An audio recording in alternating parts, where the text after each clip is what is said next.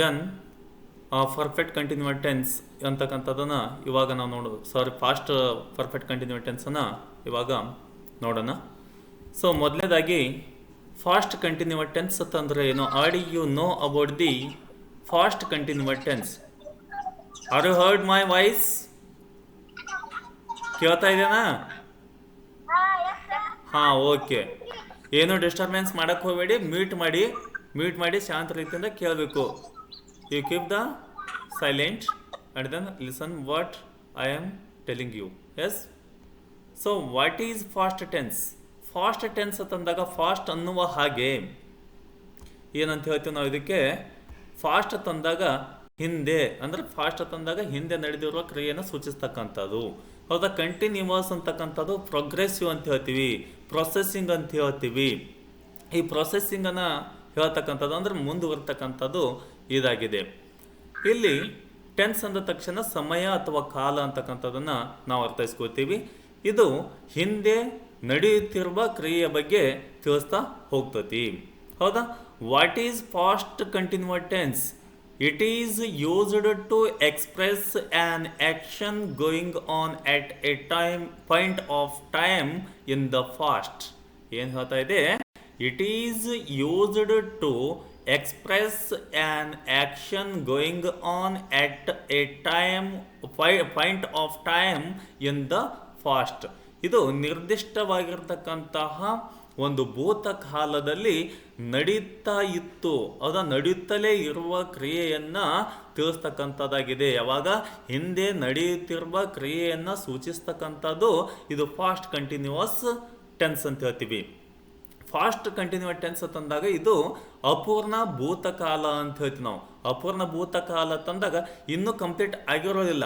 ಹೌದಾ? ಇನ್ನೂ ನಡೀತಾ ಇತ್ತು ಅಂತಕ್ಕಂಥದ್ದನ್ನು ಹೇಳ್ತೀವಲ್ಲ. ಫಾರ್ ಎಕ್ಸಾಂಪಲ್, ಒಂದು ಉದಾಹರಣೆ ತೆಗೆದುಕೊಂಡಾಗ Ashok was fighting against the his enemies. ಹೌದಾ? ತನ್ನ ವಿರೋಧಿಗಳೊಂದಿಗೆ ಆತನ ಏನು ಮಾಡ್ತಾ ಇದ್ದ? ಹೋರಾಡುತ್ತಲೇ ಇದ್ದನು ಅಂತಕ್ಕಂಥದ್ದನ್ನು ಅರ್ಥವನ್ನು ಕೊಡತಿ. Come with the examples. First one is the assertive sentence. ಯಾಕಂದರೆ ಇಲ್ಲಿ various kinds of the sentences in the past continued tense and past perfect tense, past perfect continued tense. So all tense have the various kinds of the sentences. Yes. So assertive sentence. ಅಸರ್ಟಿವ್ ಸೆಂಟೆನ್ಸ್ದಲ್ಲಿ ನಾವು ಇವಾಗ ನೋಡ್ಬೋದು. ಏನಪ್ಪ ಅಂತಂದಾಗ assertive sentence ಅನ್ನೋದು ನಿಮ್ಗೆ ಗೊತ್ತಿದೆ. ಇದು ಸಕಾರಾತ್ಮಕ ವಾಕ್ಯ ಅಂತ ಹೇಳ್ತೀವಿ, ಇದಕ್ಕೆ ವಾಕ್ಯಗಳು ಅಂತ ಹೇಳ್ತೀವಿ. ಆ ಒಂದು ಉದಾಹರಣೆ ತೆಗೆದುಕೊಂಡಾಗ I or he or she or it was reading English literature. ಹೌದಾ? ಇಲ್ಲಿ ನಮ್ಗೆ ಗೊತ್ತಿರಬೇಕಾದದ್ದು ಏನಪ್ಪ ಅಂತಂದಾಗ ಐ ಅಂತಕ್ಕಂಥದ್ದು ಏನು, ಹಿ ಅಂತಕ್ಕಂಥದ್ದು ಏನು, ಸಿ ಅಂತಕ್ಕಂಥದ್ದು ಏನು, ಇಟ್ ಅಂತಕ್ಕಂಥದ್ದು ಏನು ಅನ್ನೋದು ಇಲ್ಲಿ ಗೊತ್ತಿರಬೇಕು. ಇವೆಲ್ಲವೂ ಸಬ್ಜೆಕ್ಟ್ ಆಗಿವೆ. ಹೌದಾ? Subject. It acts as the subject. Yes, ಇವು ಸಬ್ಜೆಕ್ಟ್ ಆಗಿವೆ. ವಾಸ್ ಅಂತಕ್ಕಂಥದ್ದು ಹೆಲ್ಪಿಂಗ್ ವರ್ಬ್ ಆಗಿದೆ. ರೀಡಿಂಗ್ ಅಂತಕ್ಕಂಥದ್ದು ಬೇಸ್ ವರ್ಬ್ ಪ್ಲಸ್ ING ಇದೆ. ದೆನ್ ಇಂಗ್ಲೀಷ್ ಲಿಟರೇಚರ್ ಅಂತಕ್ಕಂಥದ್ದು ಆಬ್ಜೆಕ್ಟ್ ಆಗಿದೆ. ಹೀಗಂದಾಗ ಇದು ಯಾವಾಗಿಂದ ಹೇಳ್ತಾ ಇದೆ? ಹೌದಾ? ನಾವು ಒಂದು ಫೈಂಡ್ ಔಟ್ ಮಾಡ್ಕೋಬಹುದು ಹೆಲ್ಪಿಂಗ್ ವರ್ಬದ ಮುಖಾಂತರವಾಗಿ ಇದು ಯಾವ ಟೆನ್ಸ್ದಲ್ಲಿ ಇದೆ ಅಂತಕ್ಕಂಥದ್ದನ್ನು ಅರ್ಥ ಮಾಡಿಕೊಂಡು ಬಿಡೋದು. ವಾಸ್ ಮತ್ತು ವೇರ್ ಅಂತ ಹೇಳಿ ಬಂತಪ್ಪ ಅಂತಂದಾಗ ಅದು ಏನಾಗುತ್ತೆ? ಫಾಸ್ಟ್ದಲ್ಲೇ ಇದೆ ಅಂಥೇಳಿ ತಿಳ್ಕೋಬೇಕು. ಇನ್ನು ಕಂಟಿನ್ಯೂವಸ್ ಅಂದರೆ ಏನು, ಹೇಗೆ ತಿಳ್ಕೊಬೇಕು ನಾವು ಕಂಟಿನ್ಯೂವಸ್ಸು? ಹೌದಾ? ಹೆಲ್ಪಿಂಗ್ ವರ್ಬು ವಾಸ್ ವೇರ್ ಇದ್ದು ಅದರ ಜೊತೆಗೆ ಇರುವ ಮೇನ್ ವರ್ಬಿನ ಜೊತೆಗೆ ಏನು ಬೇಸ್ ವರ್ಬಿನ ಜೊತೆಗೆ ING ಫಾರ್ಮ್ ಇತ್ತಪ್ಪ ಅಂತಂದಾಗ ಅದು ಕಂಟಿನ್ಯೂವಸ್ ಟೆನ್ಸ್ ಆಗುತ್ತದೆ. ಎಸ್. ದೆನ್ ರೀಡಿಂಗ್ ಅಂತಕ್ಕಂಥದ್ದು ಮೇನ್ ವರ್ಬ್ ಪ್ಲಸ್ ING ಅಂತ ಹೇಳ್ತೀವಿ. ದೆನ್ ಇಂಗ್ಲೀಷ್ ಲಿಟರೇಚರ್ ಅಂತಕ್ಕಂಥದ್ದು ಆಬ್ಜೆಕ್ಟ್ ಆಗಿದೆ. ಹೀಗಂದಾಗ I was reading English literature, he was reading English literature, she was reading English literature, it was reading English literature ಅಂದಾಗ ನಾನು English ಸಾಹಿತ್ಯವನ್ನು ಓದುತ್ತಿದ್ದೇನು. ಅವಾಗ ಓದ್ತಿದ್ದೆ, ಇವಾಗ ನೋ. ಈ ಥರನಾಗಿ ಹೇಳ್ತಕ್ಕಂಥದ್ದು. He was reading English literature, she was reading English literature, it was reading English literature. Yes. Come to the next sentence is the we or you R they were reading a novel. ನೋಡಿ ಏನು ಹೇಳ್ತಾ ಇದೆ ಇಲ್ಲಿ, we R you R they were reading a novel. Yes, ಹೀಗಂದಾಗ ನಾವು ಒಂದು ಕಾದಂಬರಿಯನ್ನು ಓದುತ್ತಿದ್ದೆವು. ಯಾವಾಗ? ಹಿಂದೆ ಆಗಿರ್ತಕ್ಕಂಥದ್ದು ಆ್ಯಕ್ಷನನ್ನು ಹೇಳ್ತಾ ಇದೆ ಇದು. ಎಸ್, ಸೊ ಇದು we R you R they ಅಂತಕ್ಕಂಥದ್ದು ಏನು ರೀಪ್ರೆಸೆಂಟೇಟಿವ್ ಮಾಡ್ತದಪ್ಪ ಅಂತಂದಾಗ ಸಬ್ಜೆಕ್ಟ್ ಆಗಿ ಕೆಲಸವನ್ನು ಮಾಡ್ತಾ ಇದೆ. ವೇರ್ ಅಂತಕ್ಕಂಥದ್ದು ಏನಿದೆ ಹೆಲ್ಪಿಂಗ್ ವರ್ಬ್ ಆಗಿದೆ. ರೀಡಿಂಗ್ ಅಂತಕ್ಕಂಥದ್ದು ಏನಾಗಿದೆ, ಇದು main verb plus I N ಜಿಯನ್ನು ಒಳಗೊಂಡಿದೆ. Base form plus I N ಜಿಯನ್ನು ಒಳಗೊಂಡಿದೆ. ಹೌದಾ? ನಾವೆಲ್ ಅಂತಕ್ಕಂಥದ್ದು ಆಬ್ಜೆಕ್ಟ್ ಆಗಿದೆ. ಇವು ಎರಡು ಫಾರ್ಮುಲಾಗಳನ್ನು ನಾವು ನೋಡೋಣ. ಎರಡು ಸೆಂಟೆನ್ಸ್ ಫಾರ್ಮುಲಾ ಏನು ಬರ್ತೈತಪ್ಪ ಅಂತಂದಾಗ ನೋಡಿ, ಇಲ್ಲೇನಿದೆ, subject plus helping verb plus main verb plus I N G plus object ಅಂತಕ್ಕಂಥ ಬರ್ತೈತಿ.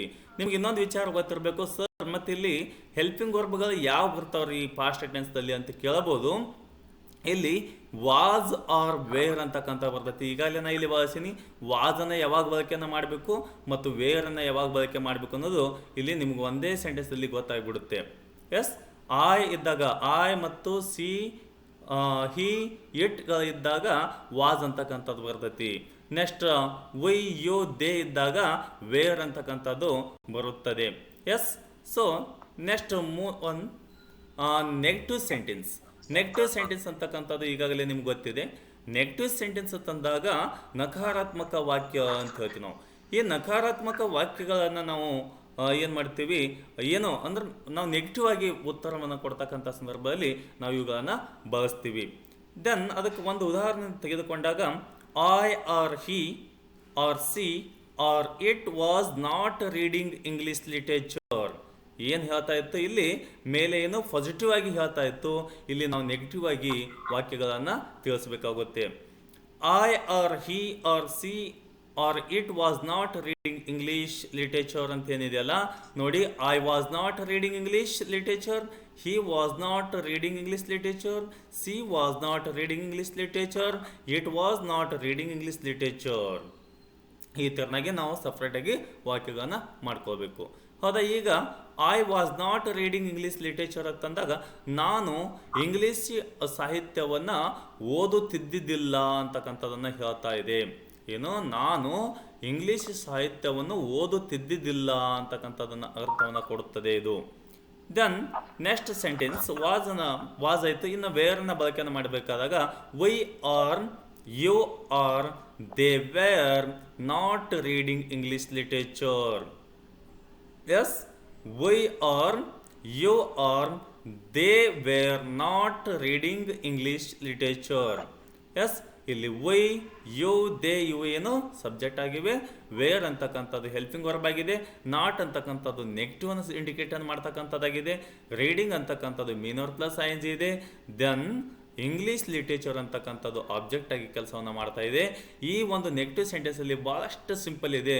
ಜಸ್ಟ್ ನಾವು ಹೆಲ್ಪಿಂಗ್ ವರ್ಬ್ ಆದ ನಂತರ ನಾಟ್ ಅಂತ ಹೇಳಿ ಹಚ್ಚಿದಪ್ಪ ಅಂತಂದಾಗ ಅದು ಏನಾಗುತ್ತೆ, ನೆಗೆಟಿವ್ ಸೆಂಟೆನ್ಸ್ ಆಗುತ್ತದೆ. ಅದಕ್ಕೊಂದು ಫಾರ್ಮುಲಾ ನೋಡಿದಾಗ ನೋಡಿ, ಫಾರ್ಮುಲಾ ಏನಿದೆ, subject plus helping verb plus not plus main verb plus I N G plus object ಇದೆ. ಹೌದಾ? ಎಷ್ಟು ಫಾರ್ಮುಲಾ ಇತ್ತಪ್ಪ ಅಂತಂದಾಗ ಏನಾಗುತ್ತೆ, ಇದು ಫಾಸ್ಟ್ ಟೆನ್ಸ್ದಲ್ಲಿ ಏನಾಗ್ತೈತಪ್ಪ ಅಂತಂದಾಗ ಇದು ನೆಗೆಟಿವ್ ಸೆಂಟೆನ್ಸ್ ಆಗುತ್ತದೆ. Then come to the next sentence is the interrogative sentences. Interrogative sentences ಅನ್ನು ನಾವು ಇವಾಗ ನೋಡೋಣ. So was I or he or she or it reading English literature? So question ಅನ್ನು ಮಾಡ್ತಕ್ಕಂಥದ್ದು it is a very easy. So we started to use the helping verb beginning of the sentences. Yes, ಈ ಒಂದು ವಾಕ್ಯಗಳ ಮೊದಲನೆಯ ಒಂದು helping ಸಹಾಯಕ ಕ್ರಿಯಾಪದವನ್ನು ನಾವು ಉಪಯೋಗಿಸಿದ್ದೀವಪ್ಪ ಅಂತಂದಾಗ ಅದೇನಾಗುತ್ತೆ, ಇಂಟಾಗೇಟಿವ್ ಸೆಂಟೆನ್ಸ್ ಆಗುತ್ತೈತಿ. ಇದು ಎಂಥ ಇಂಟಾಗೇಟಿವ್ ಸೆಂಟೆನ್ಸ್ ಅಂತಂದಾಗ yes or no question type ಆಗಿರ್ತಕ್ಕಂಥ ಒಂದು ಇಂಟ್ರಾಗೇಟಿವ್ ಸೆಂಟೆನ್ಸ್ ಆಗಿದೆ. ಇಂಟ್ರಾಗೇಟಿವ್ ಸೆಂಟೆನ್ಸ್ ಬಗ್ಗೆ ನಾನು ಈಗಾಗಲೇ ಹೇಳೀನಿ. Interrogative sentence has the 2 kinds. ಹೌದಾ? 2 ಟೈಪ್ಸ್ಗಳನ್ನು ಒಳಗೊಂಡಿದೆ. ಎಸ್ ಆರ್ ನೋ ಕ್ವಶನ್, ಇನ್ನೊಂದು WH ಕ್ವಶನ್ಸ್ ಅನ್ನು ನಾವು ನೋಡಬಹುದು.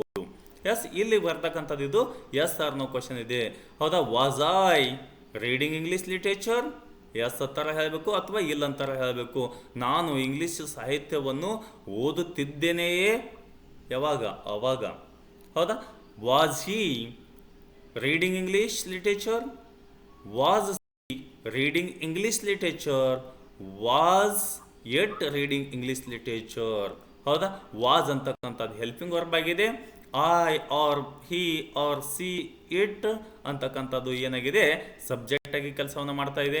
ರೀಡಿಂಗ್ ಅಂತಕ್ಕಂಥದ್ದು main verb plus I N G ಇದೆ. ನೆಕ್ಸ್ಟ್ ಇಂಗ್ಲೀಷ್ ಲಿಟರೇಚರ್ ಅಂತಕ್ಕಂಥದ್ದು ಏನಾಗಿದೆ, ಆಬ್ಜೆಕ್ಟ್ ಆಗಿದೆ. ಇನ್ನೊಂದು ಸ್ವಲ್ಪ ಮುಂದೆ ಏನು ಹೊಸದು ಬಂದಿದೆಯಪ್ಪ ಅಂತಂದಾಗ ಕ್ವಶನ್ ಮಾರ್ಕ್ ಬಂದಿದೆ. ಯಾಕಂದ್ರೆ ಕ್ವಶನ್ ಮಾರ್ಕು ಬಹಳಷ್ಟು ಮುಖ್ಯವಾಗುತ್ತದೆ. Yes, next sentence, we sorry where we you where we are you are they reading English literature. We were we reading English literature, where we reading English literature, ನಾವು English ಸಾಹಿತ್ಯವನ್ನು ಓದುತ್ತಿದ್ದೇವೆ ಅಂತಕ್ಕಂಥದ್ದನ್ನು ಅರ್ಥವನ್ನು ಕೊಡ್ತೈತಿ. ಇದಕ್ಕೊಂದು formula ಏನಪ್ಪ ಅಂತಂದಾಗ ನೋಡಿ, helping verb plus subject plus main verb plus I N G plus object plus question mark ಅಂತಕ್ಕಂಥದ್ದು ಈ ಒಂದು ವಾಕ್ಯದಲ್ಲಿ ಬರುತ್ತದೆ. Yes, so here next come to the WH questions. ಇದರಲ್ಲಿ ಇಂಟ್ರಾಗೇಟಿವ್ ಸೆಂಟೆನ್ಸಲ್ಲಿ ಏನಾಯಿತು, ಒಂದು ಎಸ್ ಆರ್ನ ಕ್ವಶನ್ ಅನ್ನು ನೋಡಿದ್ದೀವಿ. ಇವಾಗ WH ಕ್ವಶನ್ಸನ್ನು ನಾವು ಈಗ ನೋಡೋಣ. WH ಕ್ವಶನ್ಸ್ ಅಂತ ಅಂದಾಗ ನೋಡಿ, ಇಲ್ಲಿ ಏನಿತ್ತಪ್ಪ ಅಂತಂದಾಗ was I reading English literature ಅಂತಕ್ಕಂಥದ್ದಿತ್ತು. ಇವಾಗ ಏನು ಮಾಡೀನಿ ನೋಡಿ, ಇಲ್ಲಿ ಬ್ಯಾಕ್ ಹೋಗ್ತೀನಿ. ಈ WH ಕ್ವಶನ್ಸ್ ಹೇಗಾಗ್ತದಪ್ಪ ಅನ್ನೋದನ್ನು ನಾವಿಲ್ಲಿ ನೋಡೋಣ. ನೋಡಿ, ಇವಾಗ ಇದು ಎಸ್ ಆರ್ನ ಕ್ವಶನ್ ಇದೆ. It's a very simple.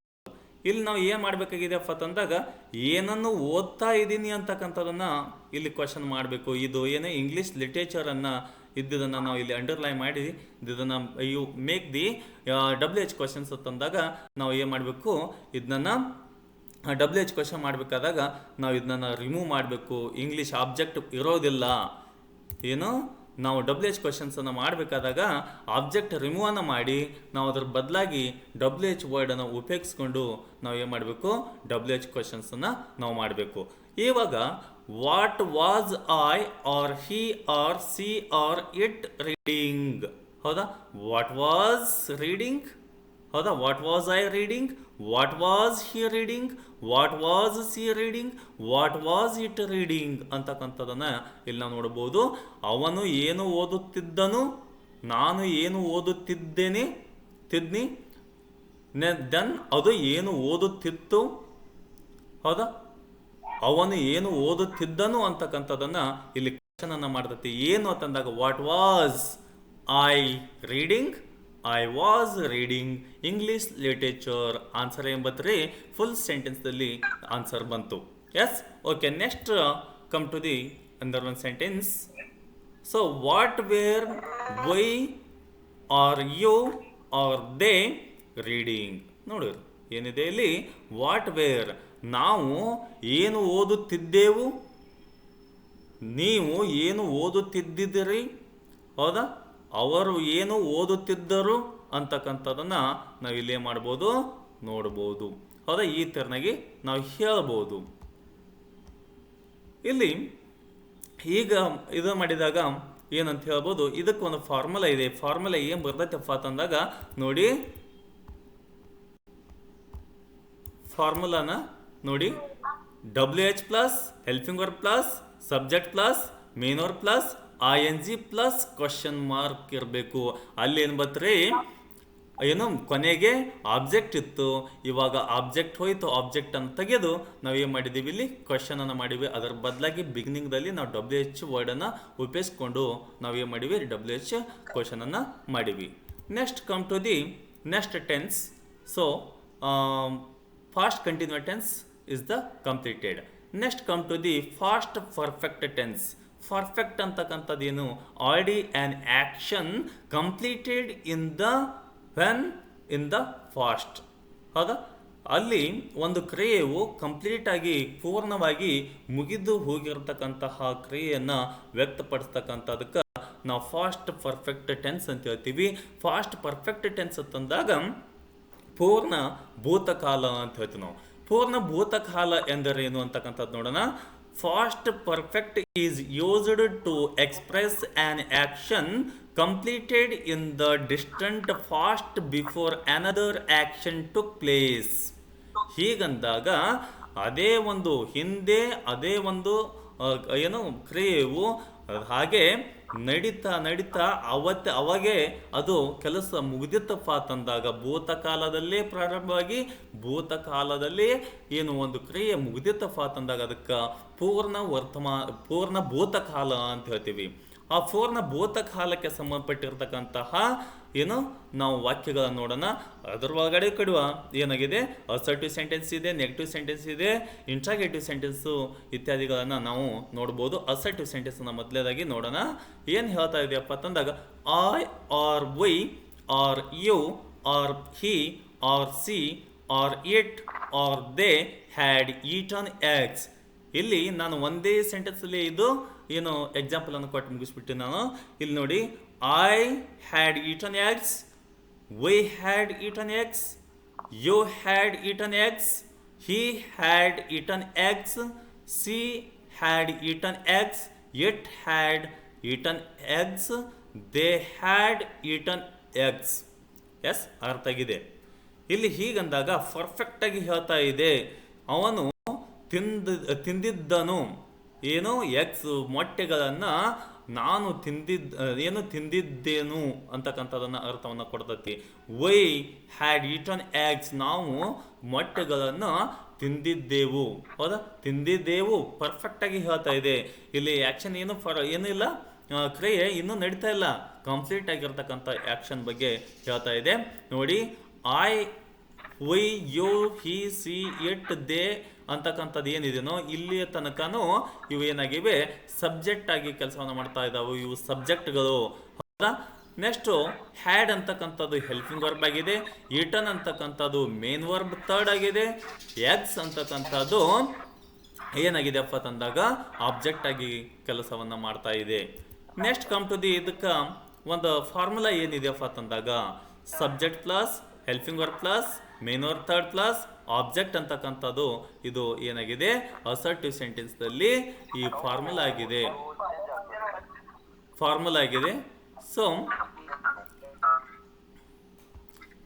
So ಇಲ್ಲಿ ಇದು ಫಾರ್ಮುಲಾ ಆಗಿದೆ. ಇನ್ನು ಮುಂದೆ ನೆಗೆಟಿವ್ ಸೆಂಟೆನ್ಸನ್ನು ನೋಡಿದಾಗ ಇಲ್ಲಿ ಎಕ್ಸಾಂಪಲ್ ಅನ್ನು ನೋಡೋಣ. ಈಗ I or we R you or he or she or it or they had not eaten eggs ಅಂತಕ್ಕಂಥದ್ದನ್ನ ಇಲ್ಲಿ ನೋಡ್ತೀವಿ. ನೆಗೆಟಿವ್ ಮೀನಿಂಗನ್ನು ಕೊಡ್ತಕ್ಕಂಥದ್ದು ಇದು ಪರ್ಫೆಕ್ಟ್ ಆಗಿ ನಾನು ತಿಂದಿದ್ದಿಲ್ಲ ಅಂತಕ್ಕಂಥದ್ದನ್ನ ಹೇಳ್ತೈತಿ. ನಾನು ತಿಂದೇ ಇಲ್ಲ, ತಿಂದಿಲ್ಲ ಅಂತಕ್ಕಂಥದ್ದನ್ನ ಹೇಳ್ಬೋದು. I had not eaten eggs, we had not eaten eggs, you had not eaten eggs, he had not eaten eggs, she had not eaten eggs, it had not eaten eggs, they had not eaten eggs ಅಂತಕ್ಕಂಥದ್ದು ಈ ರೀತಿ ನಾವು ವಾಕ್ಯವನ್ನು ಮಾಡ್ಬೋದು. ಇದರ ಒಂದು formula ಏನು, subject plus helping verb plus not plus main verb third plus object. Yes, so ಇದು ಏನಾಗಿದೆ, ನೆಗೆಟಿವ್ ಸೆಂಟೆನ್ಸ್ದು ಫಾರ್ಮುಲಾ ಆಗಿದೆ. ಇದು ಪರ್ಫೆಕ್ಟ್ ಟೆನ್ಸು. ಎಂಥ perfect tense, past perfect tense ಆಗಿದೆ. Next come to the next one is the interrogative sentence. Interrogative sentence ಇಲ್ಲಿ ನೋಡೋಣ. ಇವ್ರ ಒಂದು ಸೆಂಟೆನ್ಸ್ ಏನಿದೆಯಪ್ಪ ಅಂತಂದಾಗ had I or we R you or he or she or it or they eaten eggs. S, ಇದನ್ನು ನಾವು ಹೇಳ್ಬೋದು. Had I eaten eggs, had we eaten eggs, had you eaten eggs, had he eaten eggs, had she eaten eggs, had it eaten eggs, had they eaten eggs ಅಂತಕ್ಕಂಥದ್ದನ್ನು ಇಲ್ಲಿ ಹೇಳ್ತತಿ. ಹೌದಾ, ಈಗಂದಾಗ had I eaten eggs ಅಂದಾಗ ನಾನು ಮೊಟ್ಟೆಗಳನ್ನು ತಿಂದಿದ್ದನೇ, ಹೌದಾ, ತಿಂದಿದ್ನಿ ಅಂತಕ್ಕಂಥದ್ದನ್ನ ಅರ್ಥವನ್ನು ಕೊಡ್ತೈತಿ. ನಾವು ಮೊಟ್ಟೆಗಳನ್ನು ತಿಂದಿದ್ದೀವು ಅಂತಕ್ಕಂಥದ್ದನ್ನು ಕ್ವಶನನ್ನು ಮಾಡುತ್ತದೆ. ದೆನ್ ಇದರ ಫಾರ್ಮುಲಾ ಏನಪ್ಪ ಅಂತಂದಾಗ helping verb plus subject plus main R third plus object plus question mark ಇದೆ. ಹೌದಾ, ಈ ಫಾರ್ಮುಲಾ ಬಂತಂದಾಗ ಇದು ಏನಾಗುತ್ತೆ ಪರ್ಫೆಕ್ಟ್ ಟೆನ್ಸ್ ಆಗಿದೆ.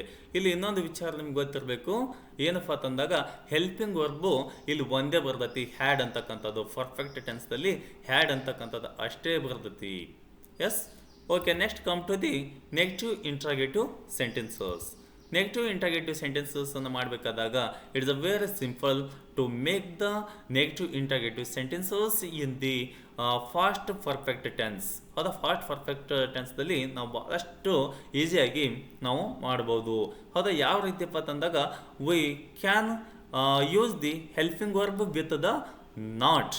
ಹೌದಾ, ಹೆಲ್ಪಿಂಗ್ ವರ್ಬ್ ಜೊತೆ ನಾವು ನಾಟ್ ಅಂತ ಉಪೇಕ್ಷಿಸಿದಪ್ಪ ಅಂತಂದಾಗ ಅದು ಏನಾಗುತ್ತೆ, ನೆಗೆಟಿವ್ ಇಂಟ್ರಾಗೇಟಿವ್ ಸೆಂಟೆನ್ಸ್ ಆಗುತ್ತದೆ. S, had not I or we or you or he or she or it or they eaten eggs ಅಂತಕ್ಕಂಥದ್ದನ್ನು ನಾವು ನೋಡ್ತೀವಿ. ಹೌದಾ, ಹೀಗಂದಾಗ had not I eaten eggs ಅಂದಾಗ ನಾನು ಮೊಟ್ಟೆಗಳನ್ನು ತಿಂದಿದ್ದಿಲ್ಲವೇ ಅಂತಕ್ಕಂಥದ್ದು ಅರ್ಥವನ್ನು ಕೊಡ್ತೈತಿ. ನಾವು ಮೊಟ್ಟೆಗಳನ್ನು ತಿಂದಿದ್ದಿಲ್ಲವೇ, ಹೌದಾ, ತಿಂದಿದ್ದಿಲ್ಲ ನಾವು ಈ ತೆರನಾಗಿ ಹೇಳ್ತಕ್ಕಂಥದಕ್ಕೆ ನಾವು ಇದನ್ನು ಬಳಸ್ತೀವಿ.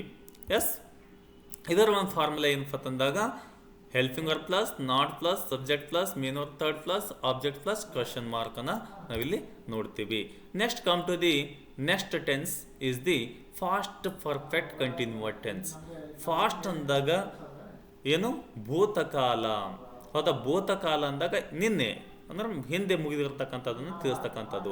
ಪರ್ಫೆಕ್ಟ್ ಅಂದಾಗ ಫಾಸ್ಟದಲ್ಲಿ ಪ್ರಾರಂಭವಾಗಿ ಫಾಸ್ಟದಲ್ಲೇ ಮುಂದುವರ್ತಾ ಇತ್ತಪ್ಪ ಅಂತಂದಾಗ ಅದಕ್ಕೆ ನಾವು ಫಾಸ್ಟ್ ಪರ್ಫೆಕ್ಟ್ ಕಂಟಿನ್ಯೂವ ಟೆನ್ಸ್ ಅಂತ ಹೇಳ್ತೀವಿ. ಹೌದಾ, ಪರ್ಫೆಕ್ಟ್ ಅಂದ್ರೆ ಪೂರ್ಣ, ಕಂಟಿನ್ಯೂವಸ್ ಅಂದಾಗ ಮುಂದುವರೆದಿರ್ತಕ್ಕಂಥದ್ದು, ಟೆನ್ಸ್ ಅಂತಕ್ಕಂಥದ್ದು ಕಾಲ ಅಂತ ಹೇಳ್ತೀವಿ. Come to the next, it's a what is the definition of the past perfect continuous tense. So this tense is used to describe an action that had begun in the past and was continuing up to a point of time in the past. ಏನಾಗ್ತಾ ಇದೆಯಪ್ಪ ಅಂತಂದಾಗ ಇದು ಯಾವಾಗ start ಆಗ್ತದೆ, it describe on action, ಏನು ಕ್ರಿಯೆಯ ಬಗ್ಗೆ ವ್ಯಕ್ತಪಡಿಸ್ತತಿ. ಯಾವಾಗ had began in the fast, ಇದು ಫಾಸ್ಟ್ದಲ್ಲಿ ಭೂತಕಾಲದಲ್ಲಿಯೇ ಪ್ರಾರಂಭವಾಗಿ ಭೂತಕಾಲದಲ್ಲಿಯೇ ಮುಂದುವರೆದಿರ್ತಕ್ಕಂಥ ನಿರ್ದಿಷ್ಟ ಸಮಯದವರೆಗೆ ಇದು ಮುಂದುವರೆದುಕೊಂಡು ಹೋಗಿರ್ತಕ್ಕಂತಹ ಕ್ರಿಯೆಯನ್ನು ಸೂಚಿಸ್ತಕ್ಕಂಥದಕ್ಕೆ ನಾವೇನಂತ ಹೇಳ್ತೀವಿ, ಮುಂದುವರೆದ ಪೂರ್ಣ ಭೂತಕಾಲ ಎಂದು ನಾವು ಕರೆಯುತ್ತೇವೆ. Next come to the sentence, assertive sentence.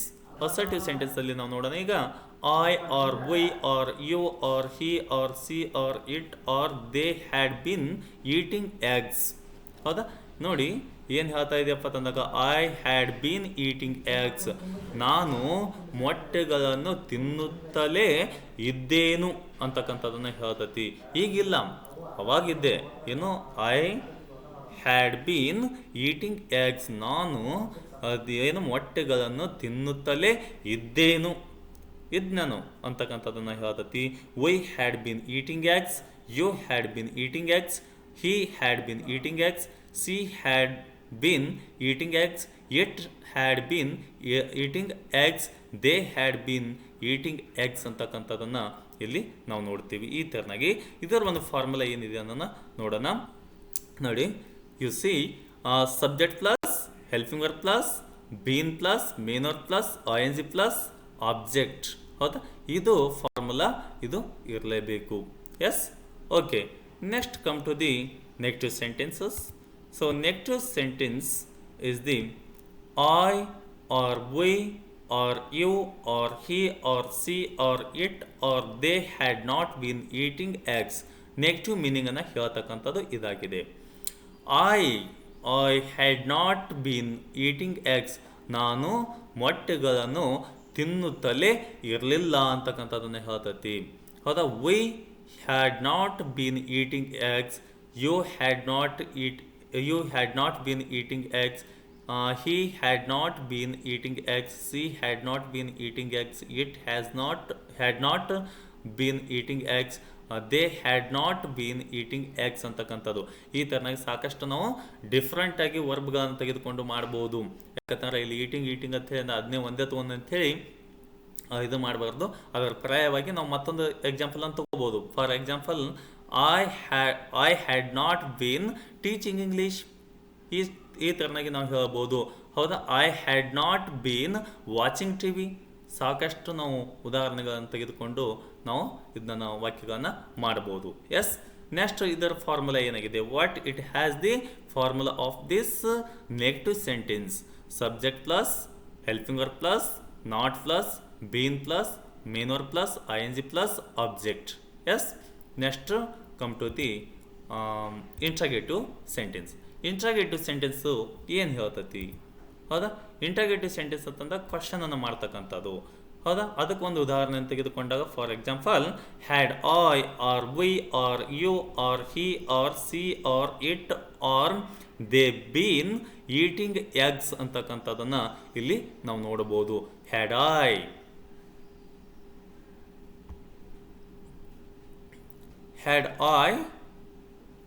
I been eating eggs?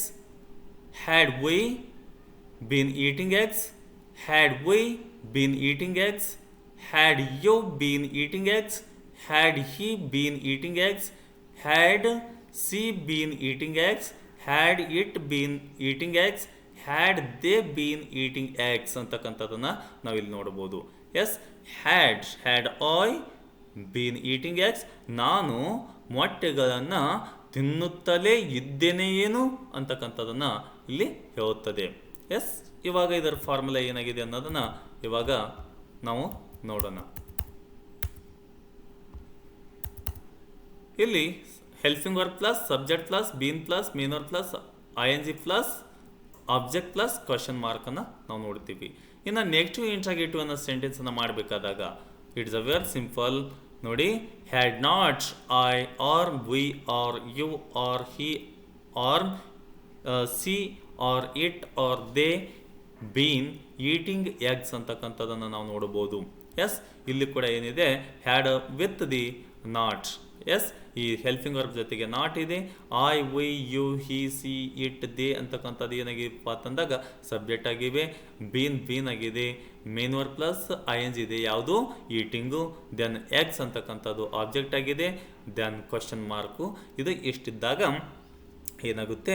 Negative interrogative sentence ಅಂತ ಹೇಳ್ತೀವಿ. ನಕಾರಾತ್ಮಕ ಪ್ರಶ್ನಾರ್ಥಕ ವಾಕ್ಯಗಳು ಅಂತ ಹೇಳ್ತೀವಿ. ದೆನ್ ಇದರ ಫಾರ್ಮುಲಾ ಏನಾಗಿದೆ? Helping verb plus not plus subject plus been plus main verb plus ING plus object plus question mark. ಇದು ಇಷ್ಟಿತ್ತಪ್ಪ ಅಂತಂದಾಗ ನೆಗೆಟಿವ್ ಇಂಟ್ರಾಗೇಟಿವ್ ಸೆಂಟೆನ್ಸ್ ಆಗುತ್ತದೆ. Okay, thank you for